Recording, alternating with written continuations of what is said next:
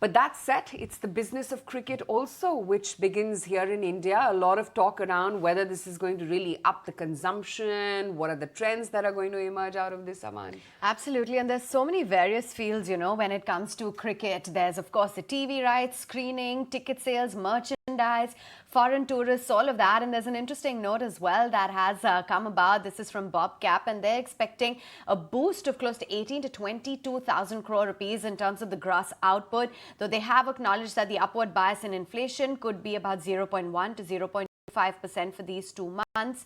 And the last Cricket World Cup, it was in 2019 in England. That was a resounding success, and therefore that contributed very handsomely to UK's GDP. So perhaps the same could be replicated back home, and they believe that the World Cup does have the potential to really boost India's GDP, more so because it's coinciding with the festive months. So that as well is going to be an added booster shot as well. It's concentrated a lot though to the services sector. The hospitality sector, as we've seen, prices going through the roof, is likely to benefit the most.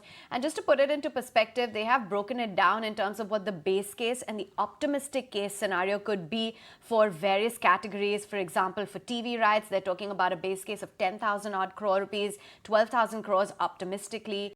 Screening, food delivery, ticket sales could generate close to 1,600 crores. And foreign tourists, on an optimistic scenario, could be about 600 crores. Merchandise, close to 200 crores in an optimistic scenario. So clearly, there's lots of fervor, fever, and that's what really all Indians are going to be glued to, that one trophy, and there's going to be a billion eyes on those matches. In fact, it's countdown now to the most awaited event of the year, the Mega Cricket World Cup. That's going to kick off today in Ahmedabad, with defending champion England facing New Zealand in the first match. In fact, Harsh is here, and he's going to tell us about what all is in store in terms of matches. And of course, there's Sharad as well. He's going to talk about not just Team Blue, that hopefully will win big, but also what is it that we can see in terms of the demand for their services, products, the business of cricket. But Harsh, you go first. Well, yes, 10 teams, Aisha, all of them going to be competing for that prized Cricket World Cup, the biggest prize in cricket, Sharad. And, we have 48 matches. 45 of them are going to be round-robin matches, followed by 2 semi-finals and a final. The final is going to be in Ahmedabad as well, and every win will give you 2 points. And, of course, the 4 top teams will go into the semi-finals of the Cricket World Cup. Very quickly moving on, you have currently in terms of the ranking, you have India ranked 1, Pakistan ranked number 2, very close behind, just 1 point difference between both those teams. And then there's Australia at 112 points, 3 points behind Pakistan at number 3. You have the number of wins in terms of World Cups. You have Australia, who's won the World Cup 5 times, Sharad. India as well as the Windies have won it twice. Mind you, the Windies are not playing this time around because they didn't qualify. So that's something to keep your eye out on. And then you have England, Pakistan as well as Sri Lanka, who have won 1 World Cup each. 13 World Cups in all have been played as of now. This is the 13th one rather. Quickly moving on, you have India, which has qualified automatically. It's co-hosted 3 World Cups in the past. It's the first time India is hosting it exclusively, and of course that will keep the host nation very, very clued on in terms of its viewership. Also about the World Cup, you have the cup, which is made of pure gold as well as silver. 11 kgs is the weight, 65 centimeters is the height. And the winning team actually takes home the replica because the original is kept in the headquarters in UAE. Some trivia there just before we kickstart. In terms of the matches, well, the first match is going to be England versus New Zealand, which starts today. The finalists of the last World Cup will play the first match in Ahmedabad today.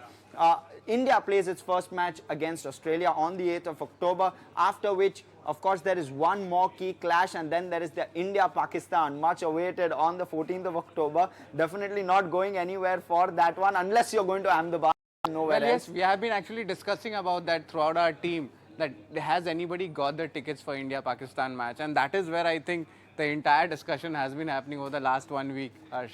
And the price of the ticket, right, Sharad? So that as well. And then on the 19th of November, you have the final, which will again be held in Ahmedabad, Sharad? Well, yes, now let's look at the consumption part of it, and of course, how the stocks will actually react to it, and that is something which we have actually gathered a list of it around. Of course, the media stocks would be in focus because of higher ad revenue spend coming in, and the gaming would be there. Hotels is something where the occupancies have gone up, especially in the host cities. That is where we are seeing the numbers coming in 100%, 200%, 300% rise in the normal rates. Food delivery itself, we will see at least in the second half of the day, those matches, if the match days, important days, especially in the weekend part, that there we'll see higher food deliveries happening. Alcohol beverages is a no-brainer. Over here, there'll be a small important requirement coming in when it comes to wine, whiskey, or whichever the choice would be there of beverages. And airlines, that is something where the most of the host cities, if you look at it, their rates have actually gone up. We checked the 7-day forward rates and they have gone up through the roof. 10,000 rupees for a normal one-way flight coming in for any metro city. Then we have e-commerce, which is important because brick and mortar stores would be coming less. So a lot of online orders would be coming in. So we'll have Nykaa in focus. And QSR restaurants, that is where a lot of deals are coming in, especially on the match days, which we spoke about. Jubilant Foodworks reducing their prices on large pizzas and stuff like that.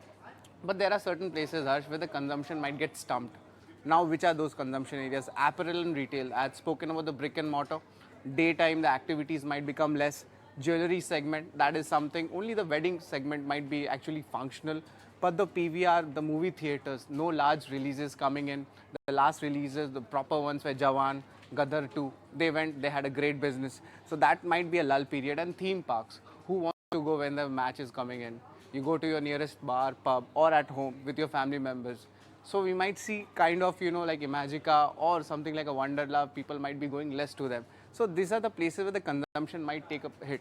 But overall, the entire team at ET Now is very excited for the World Cup to start today. Absolutely, and we're all gunning for Team India, of course, as is the rest of the nation. A billion eyes on the screen or on the pitch, one of the two. Back to you guys. Thanks. Yes, yes, absolutely. Thanks both of you for analyzing both the World Cup schedule and of course the business of cricket as well. On